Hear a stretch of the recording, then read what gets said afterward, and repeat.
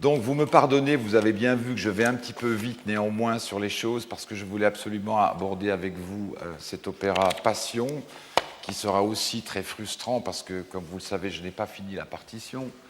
Je vous en ai parlé souvent et je vous en supplie, restez jusqu'à la fin même si je déborde un peu parce que je ne reviendrai plus. Du reste, ça commence bien puisque le texte que j'ai écrit pour vous s'appelle « Sauve-toi ».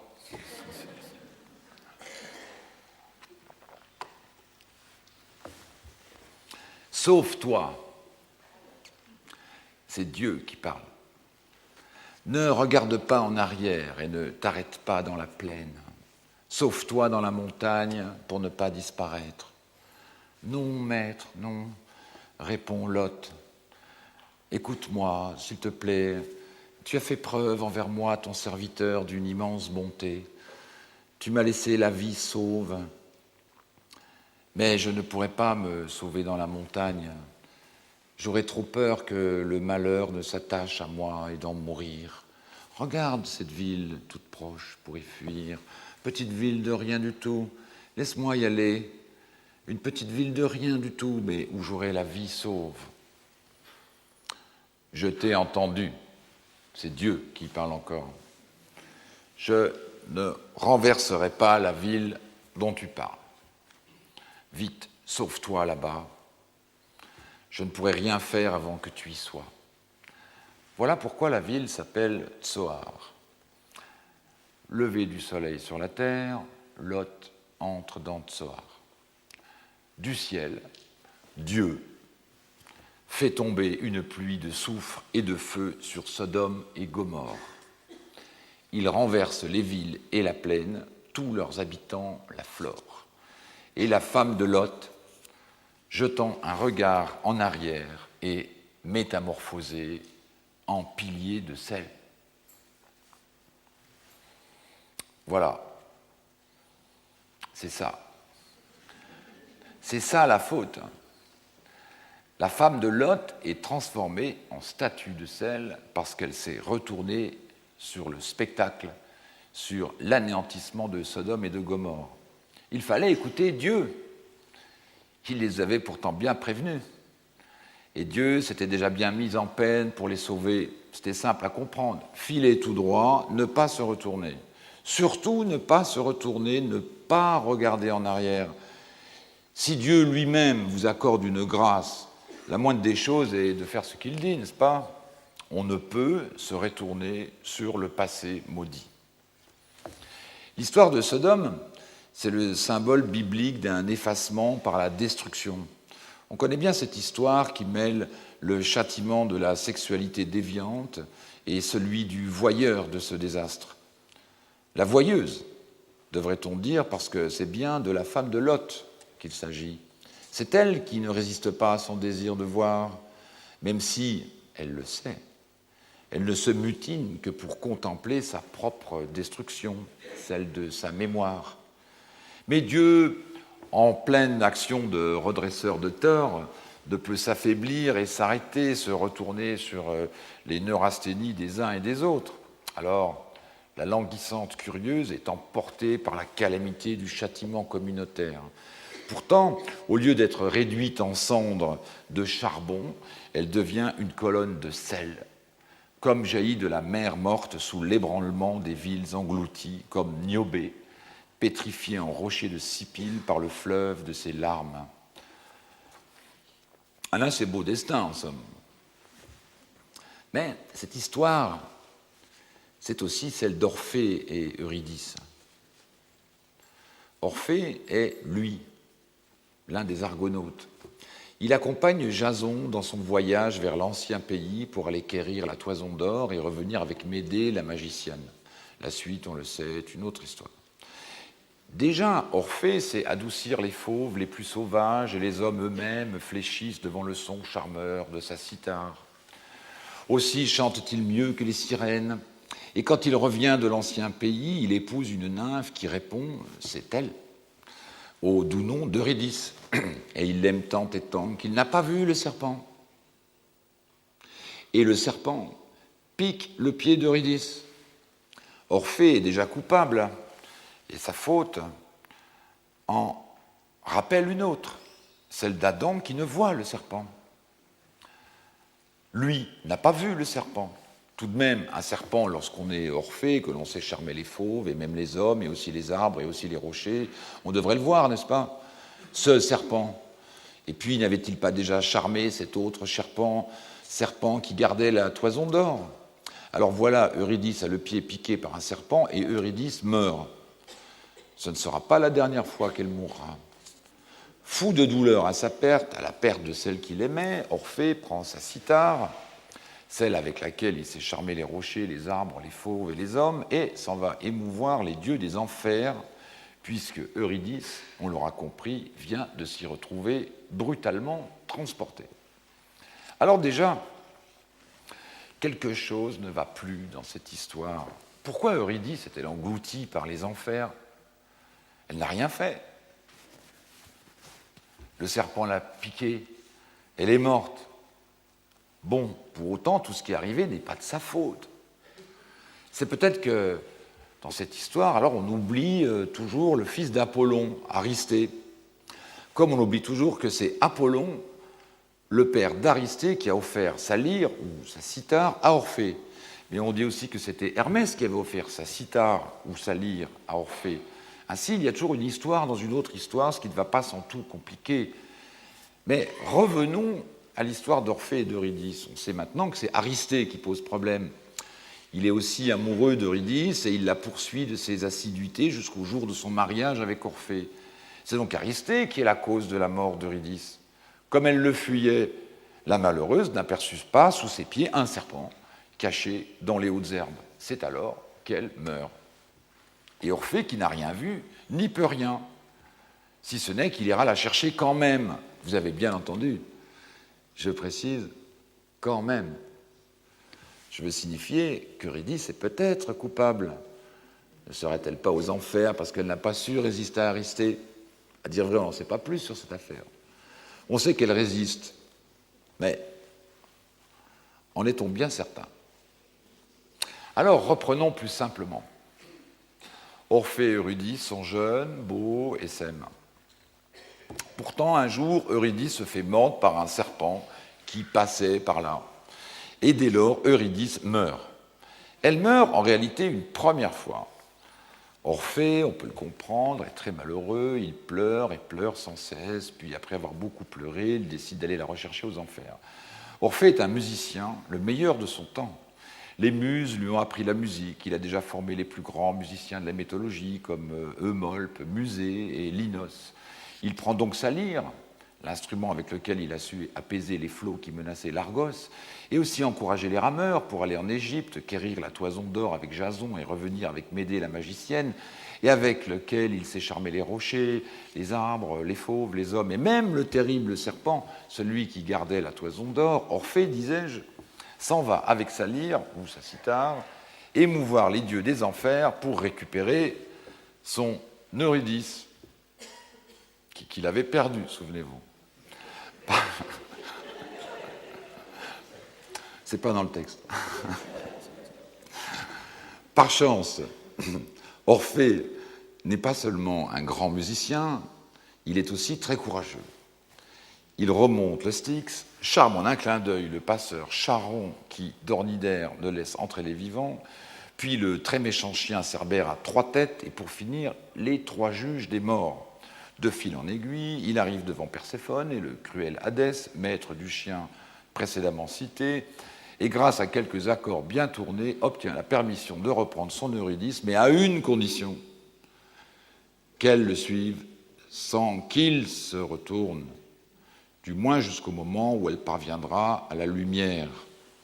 Eurydice suit donc Orphée dans le sombre passage, guidé par la musique de sa lyre, mais Orphée, angoissé par le silence, et bien qu'il voyait poindre le soleil, se retourne pour voir si elle est toujours derrière lui. Et en un instant, il perd à tout jamais son Eurydice qui meurt une seconde fois.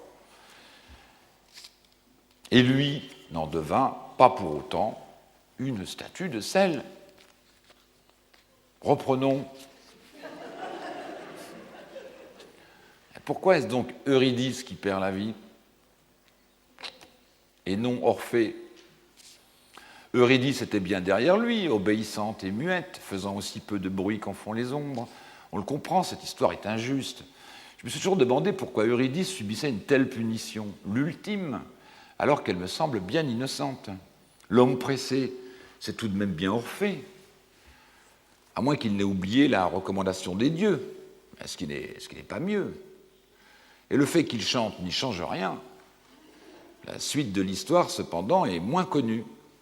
Déçu par l'amour, Orphée continue de chanter, mais à présent pour inciter les hommes à se détourner de l'amour et des femmes. Telle est l'origine du malentendu qui en fait l'inventeur des perversions sodomites. Dit-on, mais tout le monde n'est pas d'accord, tout le monde n'est pas de cet avis non plus. Celles qui vaudront à la femme de Lot d'être, elles aussi, changées en selles, à tel point que les femmes, les Ménades, se rebellent contre lui, le démembrent et jettent sa tête dans le Styx, laquelle tête continuera pourtant à chanter « Eurydice, Eurydice ». Mais tout le monde n'est pas d'accord là-dessus non plus. Et tandis que les flots bouillants l'emportent vers Lesbos, où sera édifié plus tard un sanctuaire, les muses sont en larmes, recueillent ses membres et les enterrent à l'Hébètre, au pied du mont Olympe, où les rossignols chantent mieux que partout ailleurs.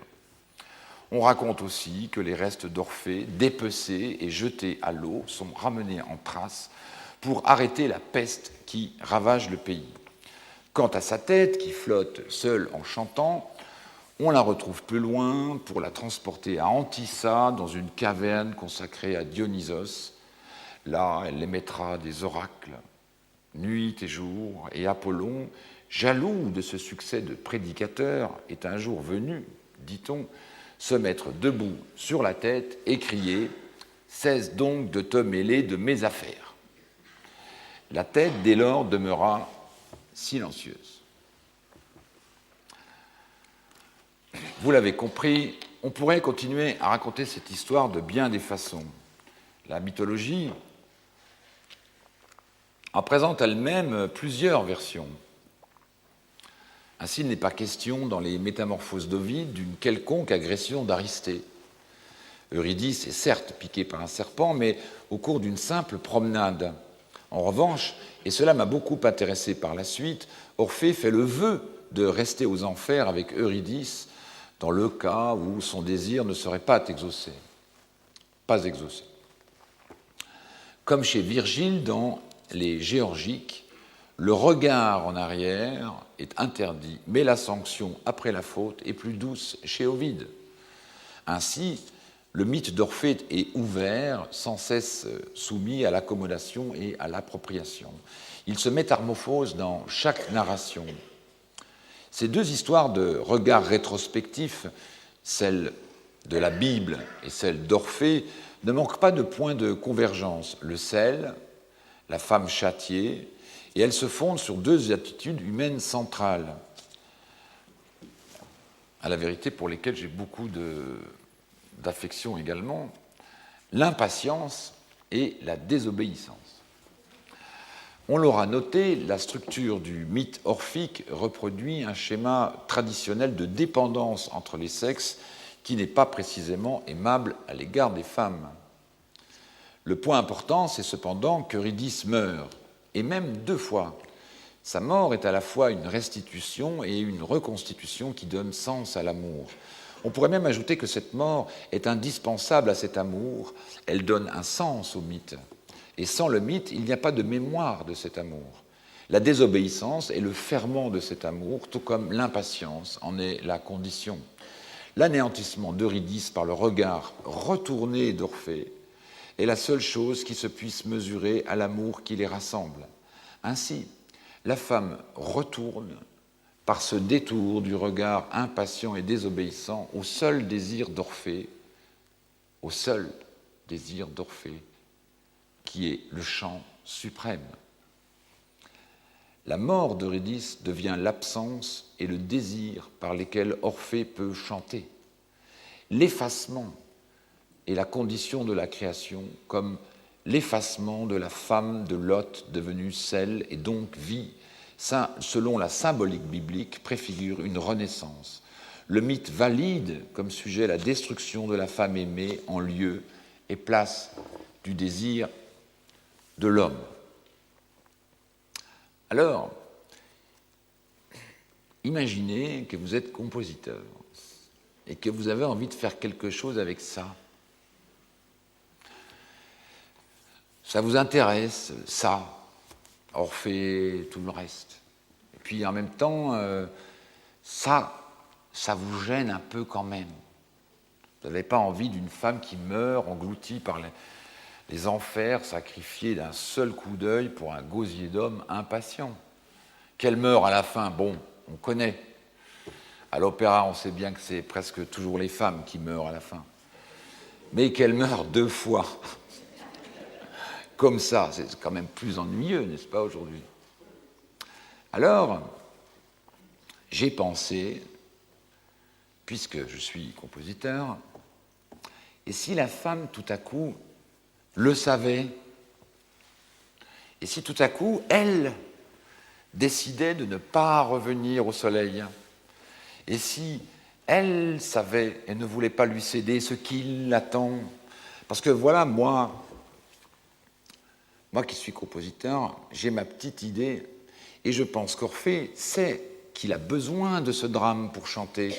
Je pense qu'Orphée souhaite, au-delà de lui-même sans doute, la disparition d'Eurydice. Et ce n'est pas pour rien qu'il y retourne, se retourne et s'en retourne. À ce moment, Orphée devient plus encore que le dieu biblique, c'est-à-dire celui qui impose les conditions à Lot. La ville de Sodome et Gomorrhe ne s'effondre-t-elle pas comme s'effondre et disparaît le lieu de l'amour d'Eurydice, comme s'effondre l'image de la ville de la femme de Lot, l'impatiente, au même instant qu'elle devient une stèle de sel? Et Orphée ne contemple-t-il pas sa propre douleur en chantant avec jouissance l'expression et la réalisation de ce désastre, comme Dieu lui-même contemple l'étendue de sa mansuétude et du même coup l'étendue de son pouvoir? Alors, j'ai imaginé une autre histoire, bien qu'à la vérité, le mot histoire est déjà abusif, parce que, personnellement, à l'opéra, je rêve toujours d'histoires où les histoires rivaliseraient non seulement entre elles dans la proximité avec d'autres histoires, mais aussi dans la prolifération d'histoires, d'autres histoires qui n'auraient ni début ni fin, autorisant ainsi des déplacements d'une histoire à d'autres histoires aussi librement que possible. Bon, alors disons qu'elle s'appelle elle, et lui s'appellera lui. Ce n'est plus la peine de les nommer, on sait bien qui ils sont. Il descend la chercher, mais elle ne veut pas remonter. Elle sait bien ce qu'il veut. Alors, elle semble poser quelques conditions. Et lui devra bien suivre, et la suivre. Et il a bien du mal à comprendre, parce qu'il est un homme envahi par lui-même et l'amour. Ou tout du moins l'idée qu'il s'en fait. Ça ne comprend pas toujours vite, les hommes. Alors, bien sûr, elle l'aime. Et il l'aime, bien sûr, tout ça, ça marche. Ce qui marche moins bien, c'est le sens dans lequel tout ça, ça va. Ça ne va pas dans le même sens. Elle s'en retourne toujours un peu plus bas. Elle a peur, cependant, c'est que tout ça, c'est sombre, on n'y voit rien, on s'y croit aveugle, quelquefois on n'y entend plus rien non plus, alors on s'y croit sourd aussi. Ce doit être au moins l'enfer, le soleil est loin, c'est-à-dire il faut bien comprendre que le soleil c'est plus haut, c'est loin, oui, c'est plus haut le soleil, mais là ça descend, elle l'attire vers en bas parce qu'elle ne veut plus remonter vers le haut, et lui au fond il est quand même bien aimant, bien vaillant, il y va. Et alors, à chaque fois qu'elle l'aime un peu plus vraiment, elle l'emporte vers lui. Et même, elle l'appelle mon soleil. C'est-à-dire, elle pense qu'il est le soleil, mais elle veut savoir, vraiment savoir. Elle semble même vouloir une preuve. Alors, elle est elle-même prête à ne plus entendre chanter. Et lui ne chantera plus avant même qu'il puisse remonter. car cette fois-ci, dans cette histoire-là, il ne remontera pas. Il en perdra même la tête, et elle se dissoudra comme une statue de sel. Voilà, mon histoire, l'histoire de Passion, cet opéra dont je vous ai parlé quelquefois au détour d'autres détours tout au long de ces cours, c'est ça. Mais cet opéra, je le rappelle, en train de se faire, a aussi une autre histoire. Je veux dire, une histoire à lui et rien qu'à lui. Après la création de mon Requiem,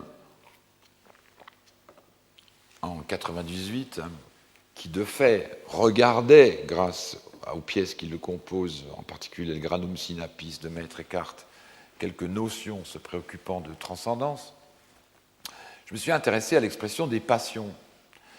Évidemment, on pense immédiatement à la passion religieuse, mais pas plus que je n'avais traité cette question dans mon Requiem, ce n'était pas de cela dont il s'agissait pour moi. Les passions au sens des affects me semblaient une piste autrement intéressante. Alors, arrivons à l'Orfeo, celui que nous, musiciens, connaissons bien, celui de Monteverdi. On sait que le langage montéverdien opère une symbiose entre le texte et la musique, créant sans cesse l'espace d'une autre langue. Celle-ci se régénère sans discontinuer entre la parole exprimée par l'acteur et le son musical façonné par le chanteur, sans que jamais ne puisse se révéler possible une distinction entre les deux.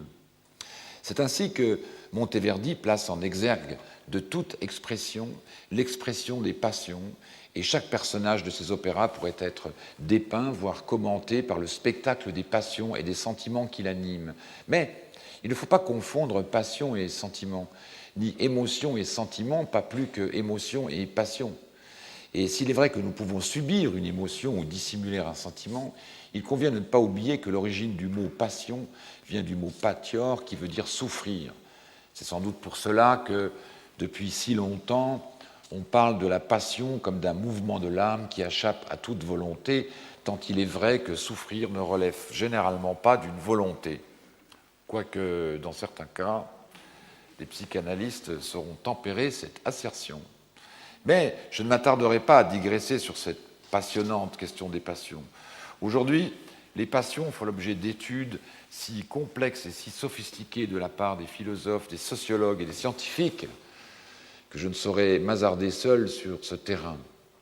En revanche, et même si je reste un musicien, je suis bien documenté. Mais revenons à Passion, qui est le titre de cet opéra en train de se faire.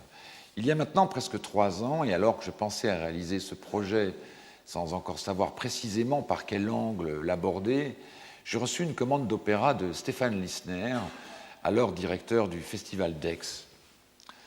Et aujourd'hui, Stéphane Lissner est le grand patron flamboyant de la Scala de Milan. Son idée était assez étrange et tournait autour des 3 grands opéras de Monteverdi, Orfeo, Popée, Ulysse.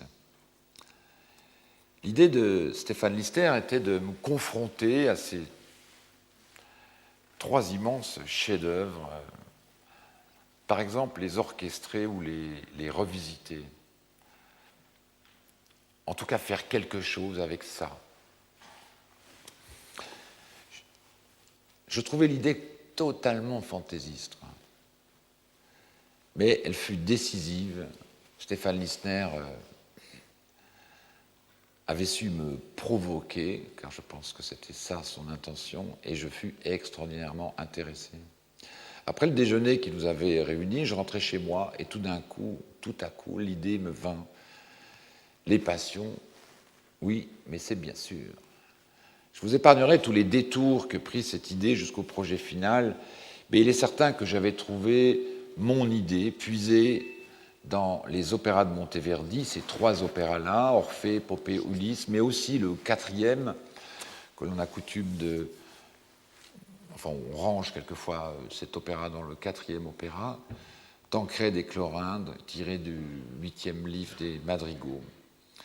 Donc l'idée, un peu comme j'avais fait dans Faustus, était d'aller puiser dans les textes que Monteverdi avait mis en musique il trouvait ce qui m'y convenait et retissait un lien entre toutes les expressions des passions exprimées et refondre en un seul trait un nouveau texte qui, parce que c'était celui qui m'intéressait le plus, particulièrement après avoir traité Faustus, le mythe d'Orphée, presque à l'envers, pour ainsi dire. Tant il est vrai aussi que Perella s'occupait de là-haut,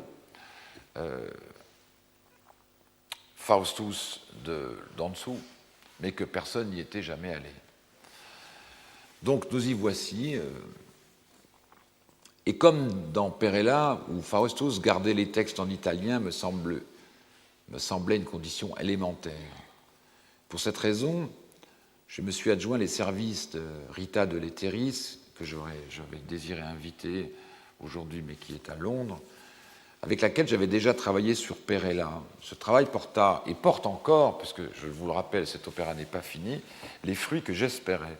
En effet, Rita a une connaissance des ouvrages de Monteverdi sans égale, et il me fut encore aujourd'hui très agréable de travailler avec elle au montage des textes que je lui proposais. Pour cette raison, à certains endroits, certains choix un peu drastiques ont été faits, par exemple tout retraduire en italien moderne. Et je dois dire que dans cette aventure, la mise en scène sera tenue par Giuseppe Frigeni, qui est un merveilleux metteur en scène italien. Je tenais beaucoup à ce que ce soit un Italien qui fasse cela, avec lequel j'ai une collaboration aussi très proche et qui suit ce travail de texte et d'idées générales très très près. Et c'est vraiment une collaboration dont je suis très fier et très heureux. Il y a beaucoup d'affection dans cette histoire de passion. Mais comment pouvais-je procéder pour organiser cette matière textuelle? Car le texte est solidifié dans la musique, pris dans la musique. C'était quelque chose, mon projet aujourd'hui est de, au fond, dépasser même la question du texte par la musique lui-même. C'est-à-dire que c'est le texte et la musique, autant dans Faustus, le texte, l'histoire de Faustus a été créée au fur et à mesure de la musique et en même temps, par exemple, quand je commence Faustus, je ne sais même pas que je vais inventer Sly et Togod, ils sont vraiment créés par le principe dynamique de la partition. Là, dans cette partition, je me pose même aujourd'hui la question de savoir s'il faudra que je communique le texte dans le programme du Festival d'Aix 2008, puisqu'on entendra ça l'année prochaine. Tant celui-ci ne dit rien sans la musique, puisque, justement, il n'y a pas de musique s'il n'y a pas de texte. Mais pourtant, tout à l'heure, je vais me livrer à une performance, c'est que je vous lirai ce texte, en tout cas une partie. Mais avant de ça, je vais vous montrer, vous démonter et peut-être vous démontrer quelques processus de pensée qui fondent la partition de, en tout cas, le projet de passion.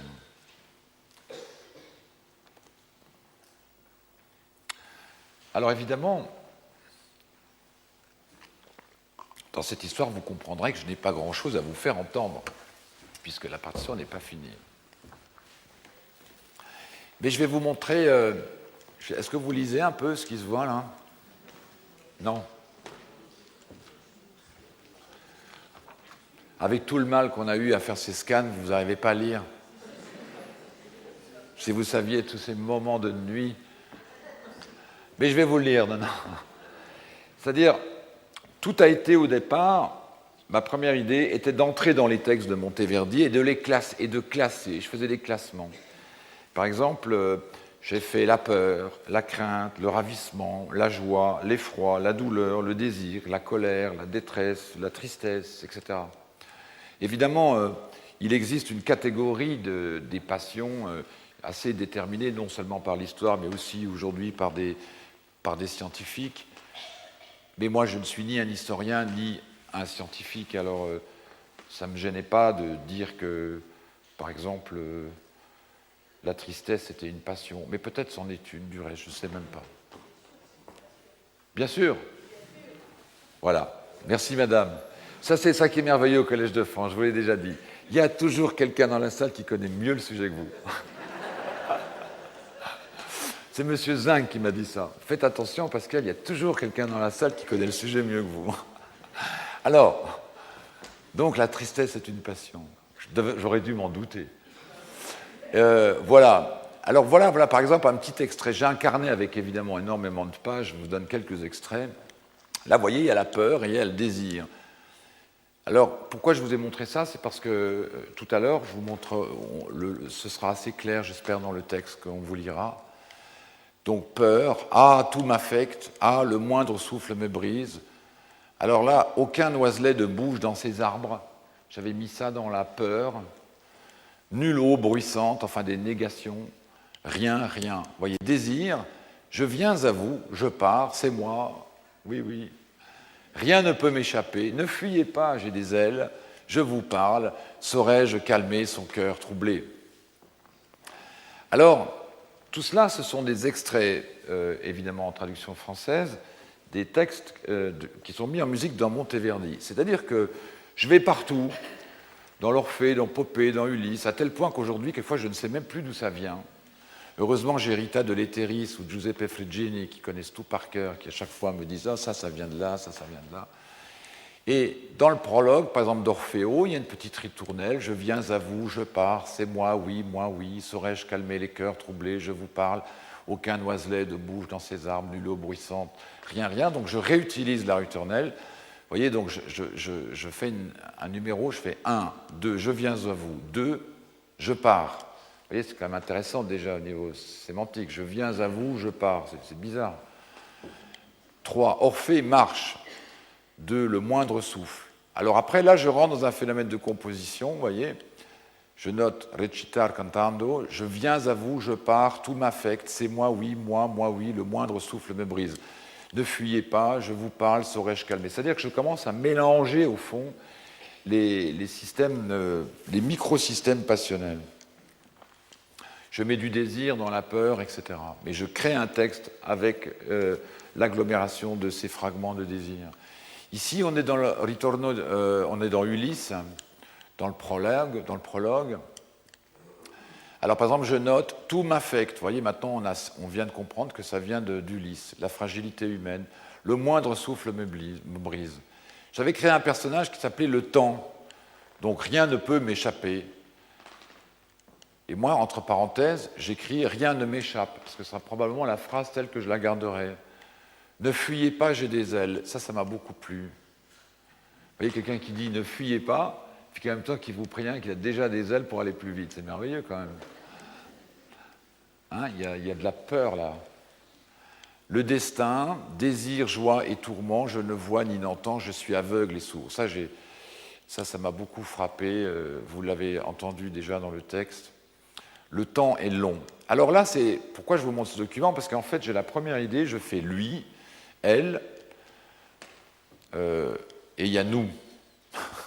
Alors je me suis dit, on va mettre un autre personnage qui s'appelle un autre, ou les autres, après il y a l'autre, puis il y a toujours un autre encore. Donc tout ça a subi des transformations. Alors ici, on rentre dans mes petits schémas que certains de vous connaissent, puisque j'en ai déjà montré.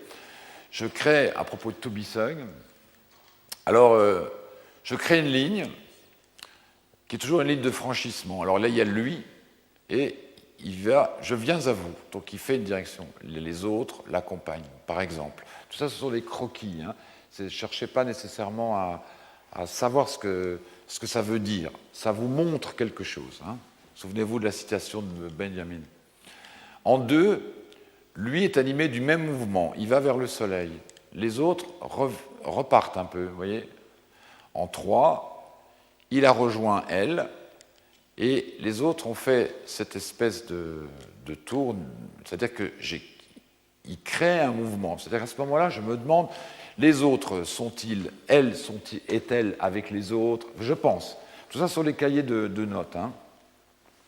Là, on est vraiment dans la création en train de se faire. Hein. Alors là, j'ai un autre niveau. Alors c'est dommage parce que alors là, on ne voit pas grand-chose. Même moi, j'ai du mal. Ici, je commence à dessiner une scène, donc vue de haut. Et je vais caractériser les scènes en fonction du texte. Là, on est dans l'affliction. Alors par exemple, il y a il, il y a elle, enfin lui ou elle, parce qu'en italien c'est lui et lei, hein, naturellement. Alors là je mets effondré de honte. Et là je mets elle n'est pas morte, dormais-je encore? Donc je suis en train de réfléchir à quelque chose autour de ces questions de rapport avec la mort d'elle. Et là la zone qui est ici, qui est jaune, mais là vous ne pouvez pas le voir, c'est marqué brume et ombre. Qu'est-ce que ça veut dire? Ça veut dire simplement que je définis un lieu d'espace sur la scène très très court, très proche du public. Vous voyez, comme si vous aviez le droit que de vous activer dans cette partie-là. J'ai besoin de ces choses-là pour créer le texte. C'est comme une représentation spatiale. Alors là, c'était un personnage que j'avais inventé, mais que je n'ai pas gardé, qui s'appelait Le Temps. J'avais un personnage qui s'appelait Le Temps, et j'en avais un autre que j'aimais beaucoup, qui s'appelait Passé, Présent, Futur. C'était 3 ténors l'un à côté de l'autre, engoncés dans le même costume, 6 bras, 6 jambes, 3 têtes.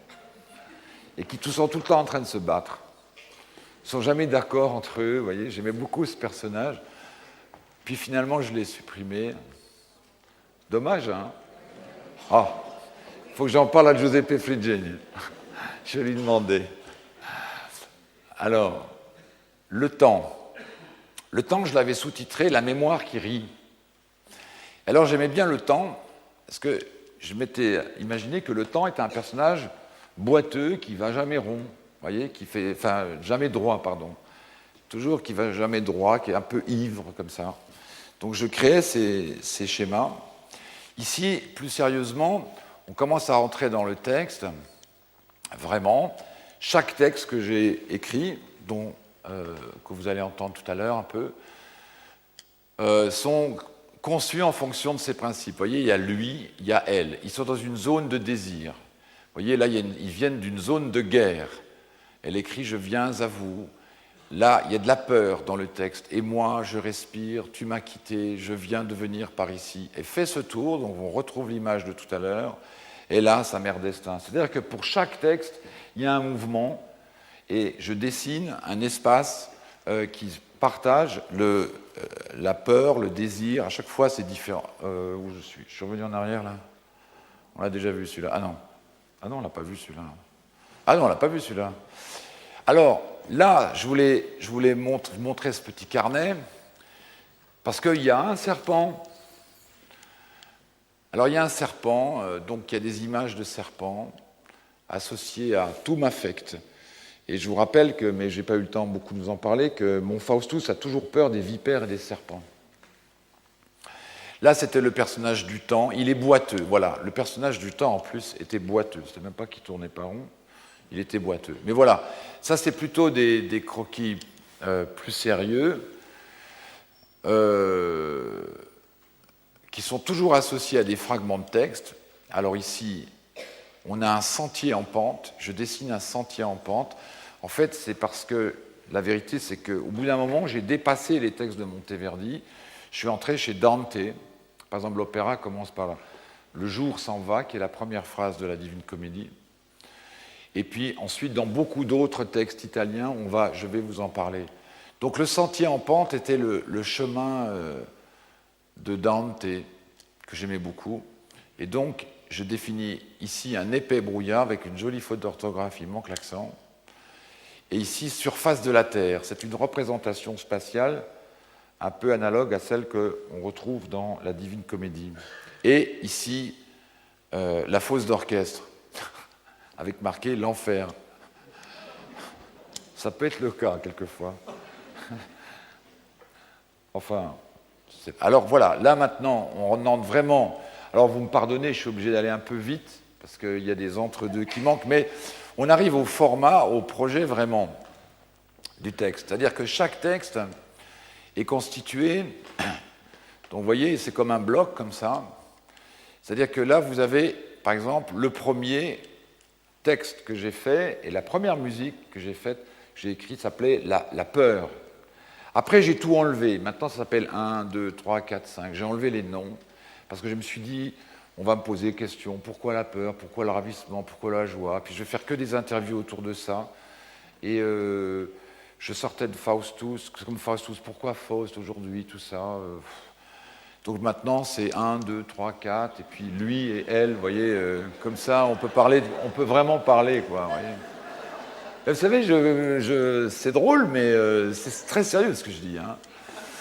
Et là, on a une scène, disons un texte, et vous voyez, ce qui était très intéressant, et vous allez, quand on va vous lire tout à l'heure un bout de texte, car je ne serai pas seul, il y a, ce qui était intéressant, c'est que certaines expressions, d'après mon catalogage, très poétique, naturellement, qui n'a rien de scientifique, qui étaient associées à la peur, si on les décalait et qu'on les met dans ce qu'on appelle le ravissement, en vertu, c'est un peu comme la musique, vous voyez, quelques notes entre elles, et puis vous changez 2 notes, et hop, ça crée une mélodie totalement différente. Quoi.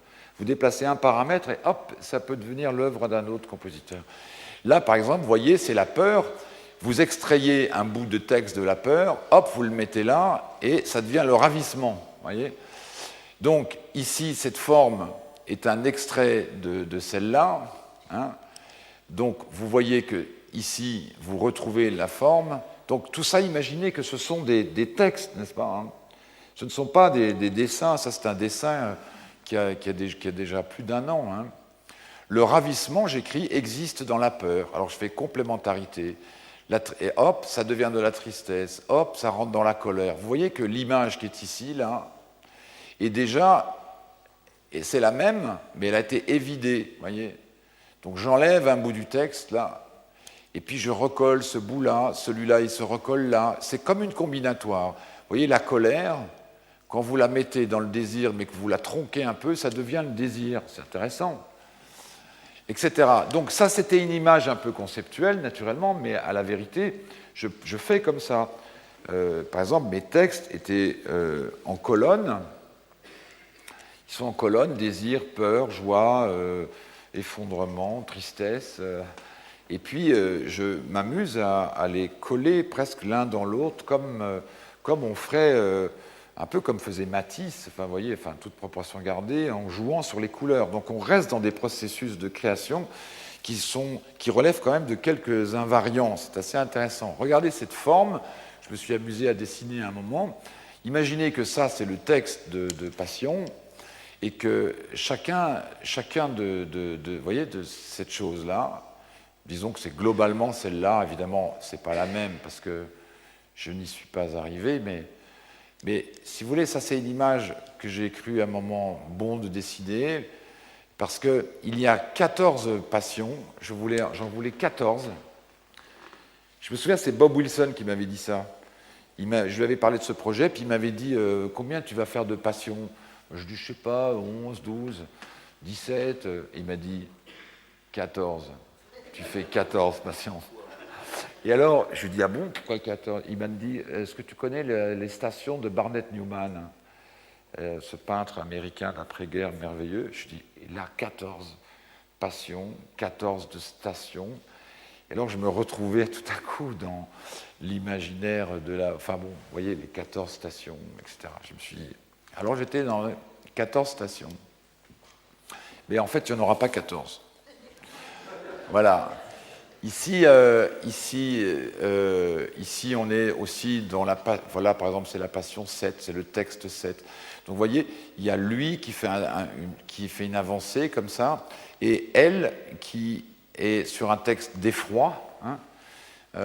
Lui, il est dans la crainte, il utilise des éléments du texte qui viennent de la crainte, elle est dans l'effroi, et ici, il y a la zone du serpent. Alors, j'imagine une zone dans laquelle ils ne peuvent pas entrer.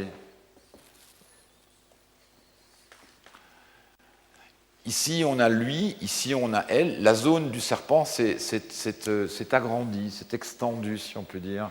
Donc, tout ça, ce sont des images, encore une fois, dont je me sers en permanence pour écrire, mais qui ne sont pas nécessairement des comment dirais-je, des choses très nécessaires à un méthode. Enfin, à la fin, finalement, ce qu'on voit, c'est un objet comme ça. Par exemple, ici, celui-là, il date du 17 mai 2006. Vous voyez, on a le texte 2, je mets nouvelle version. Le jour s'en allait, alors entre parenthèses, le jour s'en allait, s'en allait. À présent, aide-moi, ô mémoire, qui écrira ce que j'ai vu. Lui, mais moi, pourquoi venir? Ton âme est accablée. Alors là, ce qui est intéressant, c'est que, enfin, en tout cas pour moi, c'est que j'écris, vous voyez, elle, c'est une étude, hein, ton âme est accablée. Je souligne, en fait, il doute. C'est-à-dire que lui dit à elle, ton âme est accablée, mais il doute. Elle et lui, je viens d'un lieu où j'ai désir de retourner. Alors je mets en haut, revenir. Revenir, retourner. Alors, deux directions opposées, je note. Dis-moi la raison de descendre ici, et je te dirai pourquoi je n'ai pas craint de venir ici. Elle reprend sa phrase, je te dirai pourquoi je n'ai pas craint de venir ici, et moi je note, il faut qu'il vienne la chercher. Et là, sa mère destin, non, il manque de courage. Vous voyez, je commente à chaque fois ce que je propose. Non, elle ne reviendra pas, il pense que c'est elle qui l'abandonne, etc., etc. Donc, ici, on voit, vous ne pouvez pas le voir, mais même moi j'ai du mal, je l'ai barré, je commente toutes les situations. Hein, c'est-à-dire, j'écris extrêmement gai, joyeux, pleurard, géniard, plaintif, extatique. À chaque mot est accompagné d'un adjectif de ce genre-là. Alors évidemment, à la fin, ça donne un texte avec beaucoup d'indications qui sert à la musique, n'est-ce pas, et puis qui m'aide à l'écriture de la musique. Et quand le texte ne rentre pas dans la musique, j'écarte évidemment le texte. J'en refais un autre. Quelquefois, je persécute Rita ou Giuseppe sur les problèmes d'accent. Et puis, ça se passe comme ça, cette histoire de passion. Alors, je voulais vous montrer, mais vous restez un peu encore, vous ne partez pas, il est moins 10. Hein, parce que je voudrais encore vous montrer des choses qui sont quand même assez belles, je trouve, et qui peuvent vous expliquer, qui vous expliqueront un peu vraiment par eux-mêmes, enfin, ces objets vont vous expliquer par eux-mêmes comment, quelquefois, il m'arrive d'aller prendre du matériau ailleurs, en tout cas du matériau textuel, puisque je ne fais ça que pour les textes. Mais j'aime beaucoup regarder, comme tout le monde, le cinéma. Et dans le cinéma, quelquefois, je trouve des choses merveilleuses. Par exemple, comme ici, dans la Médée de Pasolini, où la Calas et la Calas, donc la grande Calas, au retour de la grande... qui retourne avec Jason, n'est-ce pas? Et tout ça est toujours des histoires dans les histoires, avec Orphée qui n'est pas loin. Ah, parlami terra, fammi sentire la tua voce. Non ricordo più la tua voce. Parlami sole. Dove è il punto dove posso ascoltare la vostra voce? Parlami terra. Parlami sole. Forse vi state perdendo per non tornare più. Non sento più quello che dite. Tu erba, parla. Tu pietra, parlami. Dove tu sei su terra? Dove ti ritrovo? Dove è il legame che ti legava al sole? Tocco la terra coi piedi e non la riconosco. Guardo il sole con gli occhi e non lo riconosco. Voilà donc ce merveilleux moment où la Calas, complètement affolée parce que les argonautes ne respectent pas les rites à la terre, qui se croient évidemment dans l'obligation d'honorer la terre sèche et s'adresse à la terre en disant « parle-moi soleil, parle-moi terre », etc. C'est un moment de cinéma que j'adore et vous l'entendrez, certains de ces phrases sont intégrées dans mon texte. Ici, un fragment de la Juliette de Fellini. Giulietta, ti ricordi di me? Laura, fai come ho fatto io. Qui è tutto grigio, tutto fermo, tutto silenzio. Vieni con me, Giulietta. Un lungo sonno, senza più soffrire. Laura,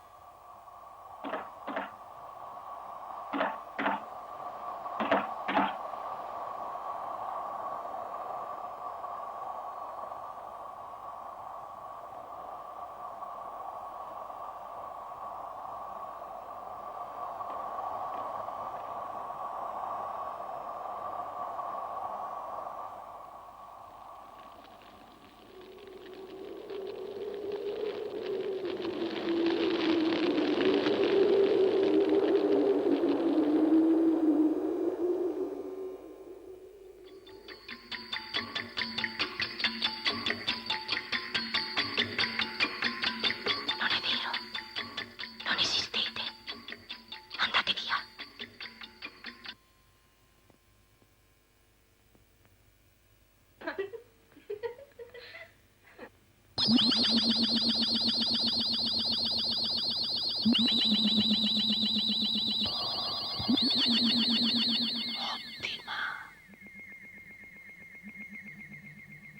esistete. Andate via. Et un dernier extrait qui m'a tout simplement donné l'idée de la fin du texte Passion, et ça ne va pas manquer de vous surprendre. Odyssée de l'espace. But I can give you my complete assurance that my work will be back to normal. I've still got the greatest enthusiasm and confidence in the mission, and I want to help you.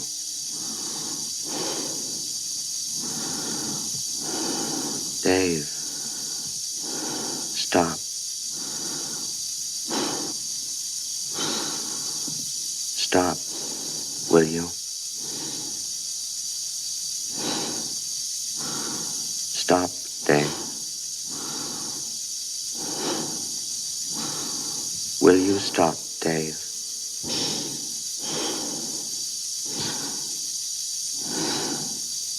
Stop, Dave.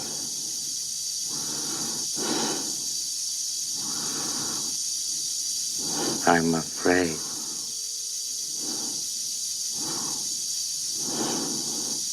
I'm afraid, Dave.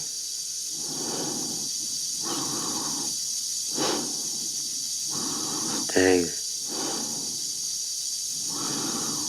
my mind is going.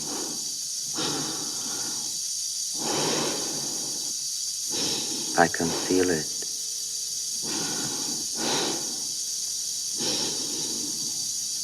I can feel it. My mind is going.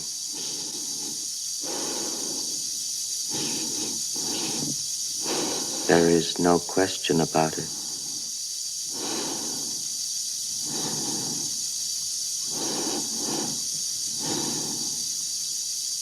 I can feel it.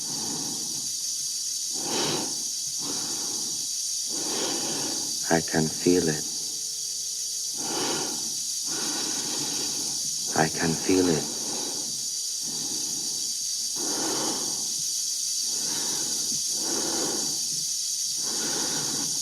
I'm afraid.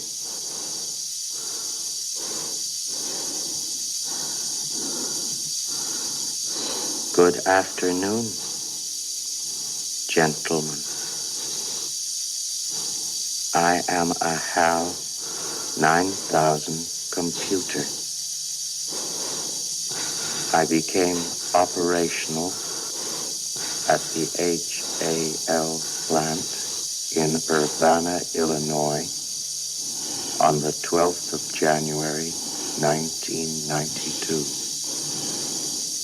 My instructor was Mr. Langley, and he taught me to sing a song. If you'd like to hear it, I can sing it for you. Yes, I'd like to hear it, Hal. Sing it for me. It's called Daisy. Daisy, Daisy, give me your answer, do.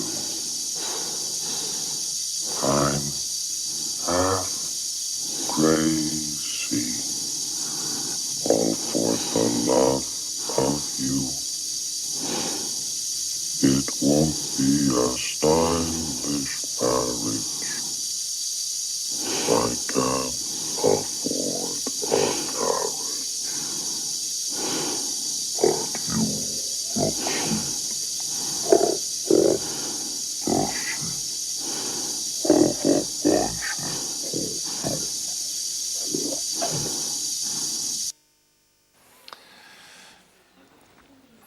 Voilà, cette scène extraordinaire du film de Kubrick où notre cosmonaute débranche l'ordinateur et tout à coup, cette machine elle-même va retomber en enfance et la chose qu'elle va faire, c'est chanter et en même temps s'éteindre d'elle-même. Et à présent, vous allez comprendre que certains de ces éléments se retrouvent, des éléments textuels que vous avez vus dans ces pièces de cinéma merveilleuses, vont se retrouver dans le texte que je vais vous lire avec Astrid Bach, à qui je demande de monter sur scène. Alors Astrid, mon amie Astrid Bach, actrice, s'est prêtée à un jeu un peu particulier pour moi, puisque moi je suis compositeur seulement, mais je vais faire l'acteur un peu pour vous.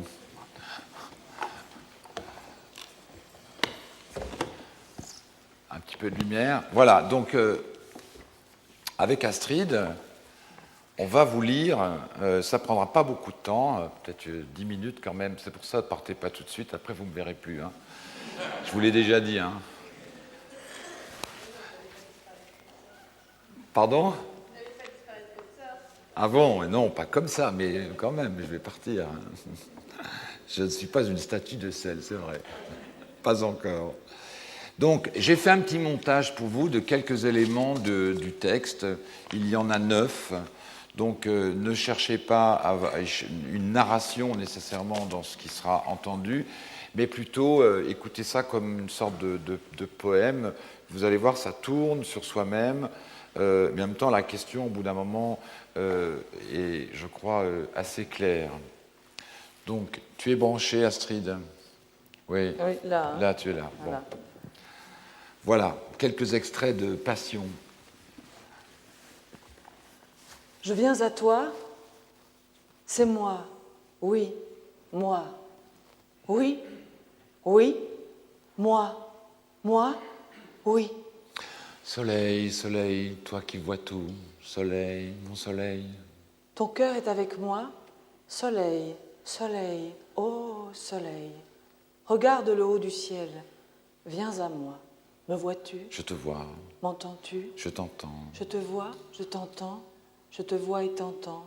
Ô joie, ô désir, je te vois ? Regarde, regarde le haut du ciel. Dis-moi si notre plaisir nous vient du ciel. Dis-moi. Comme vient du ciel ce qui nous arrive ici-bas. Oh mon soleil, ton cœur est avec moi. Soleil, soleil, ô soleil. Regarde le haut du ciel. Viens, moi, j'ai des ailes. Oui, j'ai des ailes. Ô mon soleil. Je viens à vous, je pars. Ah, tout m'affecte. C'est moi, oui, oui, c'est moi. Ah, le moindre souffle me brise, mais rien ne peut m'échapper, ne fuyez pas, j'ai des ailes. Je vous parle, saurais-je calmer les cœurs troublés ? Aucun pinceau ne bouge dans ces arbres, nulle eau bruissante, rien, rien. Soleil, soleil, toi qui vois tout, soleil, mon soleil. Dis-moi si notre plaisir nous vient du ciel. Dis-moi comme vient du ciel. Mon cœur n'est pas avec moi. La nuit noire, oh nuit noire. La nuit danse au ciel pour la lune. Moi qui autrefois se nourrissais de soupirs et se désaltérait de larmes. Que désires-tu ? Regarde le haut du ciel. Vois la verte rive. Repose-toi, viens, moi, repose-toi. Accorde ta voix au murmure des eaux. Je ne vois plus ni n'entends. Oh, désir, joie et tourment, je suis aveugle. Suis-je aveugle ? Je suis sourde. Suis-je sourd ? Je suis aveugle et sourde, le moindre souffle me brise. Le moindre souffle, oui, le moindre souffle. Je viens à vous, je pars. Oui, je pars, j'ai des ailes. Oui, j'ai des ailes. Non, oui, non. Mais que désires-tu ? Regarde, regarde le haut du ciel. Où vas-tu ? D'où viens-tu ? Le jour s'en allait.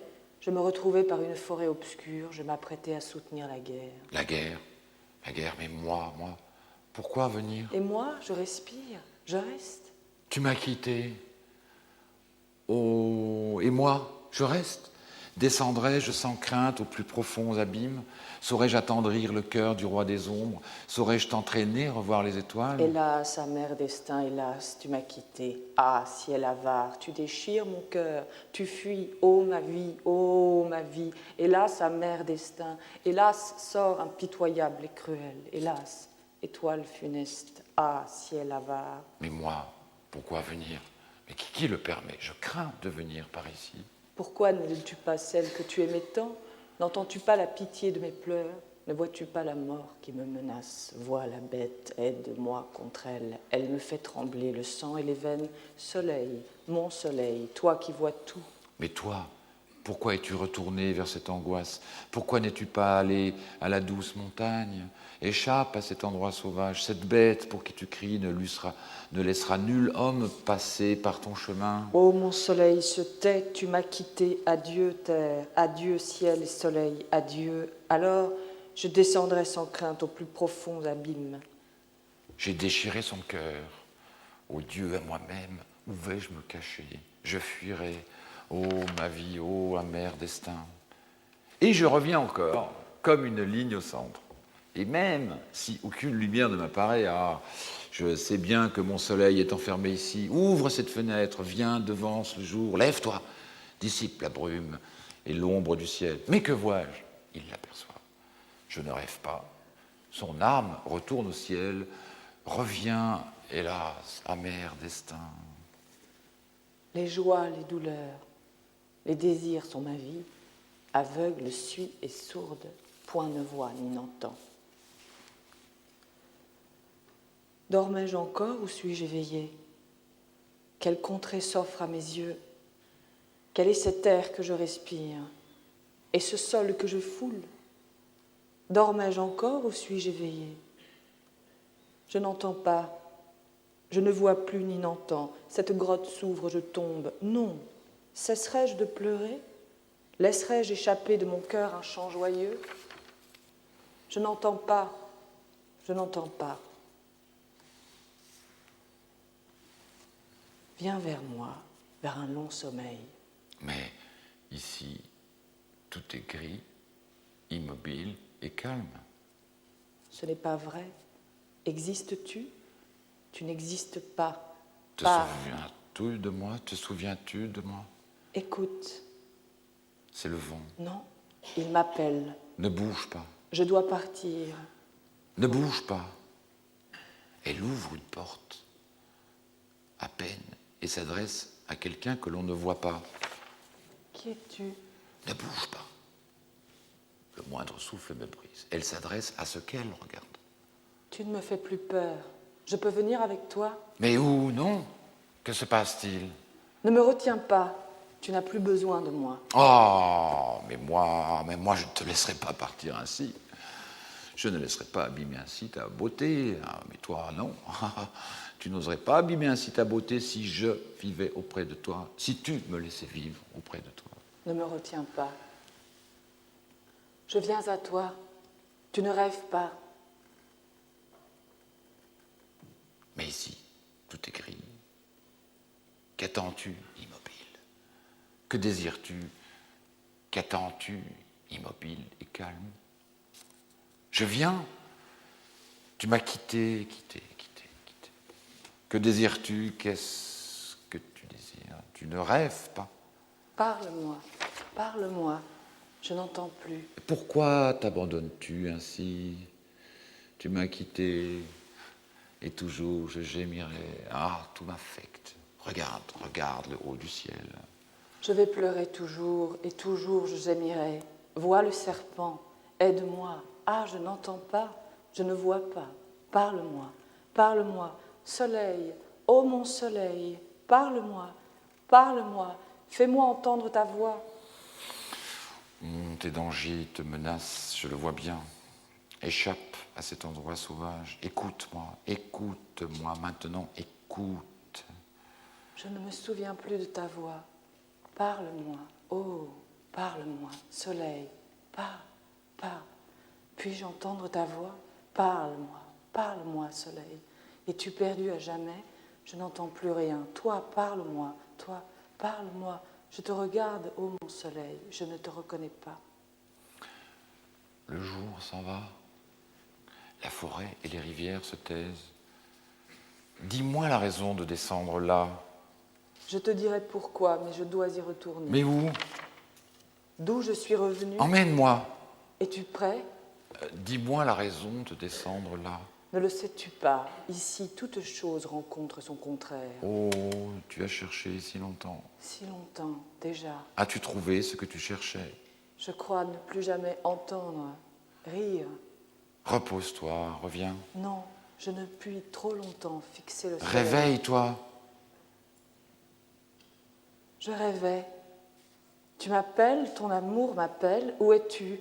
Quelle est cette forêt obscure? Je viens à toi, je reviens, je suis revenu. Tu n'as plus rien à craindre. Qui me consolera? J'ai tant rêvé, j'attendais. Et puis tout à coup, cette ombre, si claire. Qu'était-ce ce qui fuyait au-dessus de ma tête? Les nuages et les étoiles fuyaient, ils fuyaient. Qu'était-ce donc? Serait-ce la lune? Tu es aveugle? C'est la nuit qui est tombée. Je ne vois rien. C'est la nuit, crois-moi. Tu dis, ah, c'est la nuit. La nuit? La nuit me cherche-t-elle? Même si je ne suis pas aveugle, je te crois. C'est la nuit, pas le jour. Mais vois ce qui ouvre le chemin. Il est aveugle, je ne vois rien. Mais que dis-tu? La voici. Vois la lune. Elle vient. Parle-lui, parle-lui. Oh, quelle voix légère tu as. Parle-moi, fais-moi entendre ta voix. Je ne me souviens plus de ta voix. Parle-moi, ô mon soleil, parle-moi. Puis-je entendre ta voix? Parle-moi, parle-moi, soleil. Es-tu perdu à jamais? Je n'entends plus, je ne vois plus.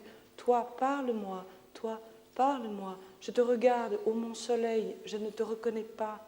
Mais qui déchire mon cœur? Le ciel s'ouvre pour moi. Je viens t'aider. J'entends? Je peux t'aider. C'est votre voix peut-être, elle m'est si familière. Je viens à toi, c'est moi, oui, c'est moi. Je suis près de toi. On dirait une voix dont je rêve. Arrête-toi, veux-tu? Arrête. Je ne la reconnais pas. J'ai peur. Adieu, adieu, soleil. Oh, Adieu. le pinson, je vois le pinson. Ton visage est un J'oublie, fleuve. je le sens. J'oublie, je le sens. Je ne sais plus si je deviens. Je n'entends plus. Oh, le pinson. J'ai peur, je n'entends plus. Oh, mon soleil. Adieu, maintenant, je sais tout.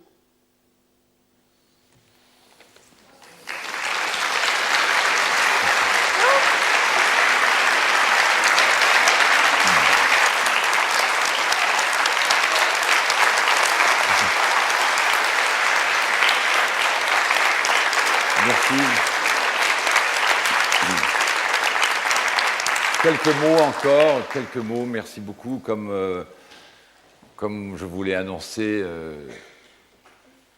c'est mon dernier cours au collège. Je voulais juste vous dire à quel point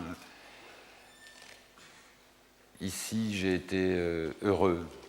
C'est une institution exceptionnelle, unique au monde, et qui m'a accueilli cette année à cette chaire de création artistique avec une générosité et j'oserais dire une jeunesse exceptionnelle qui m'a laissé. J'ai mis beaucoup de temps à comprendre que j'étais tout à fait libre ici. Mais je peux vous assurer que ce n'était pas facile. Quelque chose d'extraordinairement important dans ma vie vient de s'achever, ces minutes. Et je suis heureux de les avoir passées ici, dans cette extraordinaire institution, et avec vous qui m'avez écouté pendant toutes ces semaines. Merci infiniment.